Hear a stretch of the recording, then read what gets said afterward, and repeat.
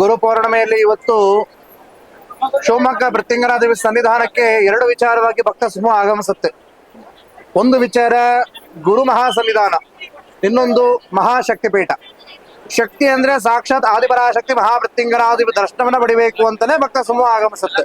ಇನ್ನೊಂದು ಅಮ್ಮನವರು ಕೊಟ್ಟಂತಹ ಕರ್ತವ್ಯ ಅಂತ ನಮಗೆ ಏನಿದೆ, ಆ ದೇವಿ ಕರ್ತವ್ಯದಂತೆ ಗುರುವಿನ ಸ್ಥಾನದಲ್ಲಿ ನಾವು ಇಲ್ಲಿ ಏನು ನಿಂತು ನಡೆಸ್ತಾ ಇದ್ದೀವಿ. ಗುರೂಜಿಯವರ ಬಾಯಿಂದ ನಮ್ಮ ಕಷ್ಟಕ್ಕೆ ಏನಾದ್ರು ಪರಿಹಾರ ಸಿಗತ್ತೆ, ಒಂದು ಒಳ್ಳೆಯ ನುಡಿ, ಒಳ್ಳೆಯ ವಾಕ್ಯ ನಮಗೇನೋ ಹೇಳ್ತಾರೆ, ನಮ್ ಕಷ್ಟ ತೀರತ್ತೆ ಅಂತೇಳಿ ಆ ನಂಬಿಕೆ ಇಟ್ಟು ಬರ್ತಾರೆ. ಅದಕ್ಕೋಸ್ಕರವಾಗಿ ನಿರಂತರವಾಗಿ ನನ್ನ 16ನೇ ವಯಸ್ಸಿಂದ ಈಗ 26 ವಯಸ್ಸು ತನಕನೂ ಅಮ್ಮನವರು ಕೊಟ್ಟಂತ ಈ ಗುರುಸ್ಥಾನದಲ್ಲಿ ಲೋಪದೋಷಗಳಿಲ್ಲದೆ, ತಪ್ಪಿಲ್ಲದೆ ಈ ಕ್ಷೇತ್ರ ಧರ್ಮಾಧಿಕಾರಿಯಾಗಿ ಕ್ಷೇತ್ರವನ್ನ ಮುಂದೆ ನಡೆಸ್ಕೊಂಡು ಹೋಗೋದ್ರಲ್ಲಿ ಪ್ರಾಮಾಣಿಕವಾಗಿ ಯಶಸ್ವಿಯಾಗಿದ್ದೀವಿ ಅನ್ನೋದನ್ನು ತಿಳಿಸೋದಕ್ಕೆ ಇಚ್ಛೆ ಪಡ್ತೀವಿ.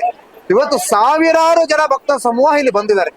ಇಡೀ ಕರ್ನಾಟಕ ರಾಜ್ಯಾದ್ಯಂತ ಎಲ್ಲಾ ಭಾಗಗಳಲ್ಲೂ ಮಳೆ ಬರ್ತಾ ಇದೆ. ಎಲ್ಲಾ ಟಿವಿ ಮಾಧ್ಯಮದಲ್ಲೂ ತೋರಿಸ್ತಾ ಇದ್ದಾರೆ.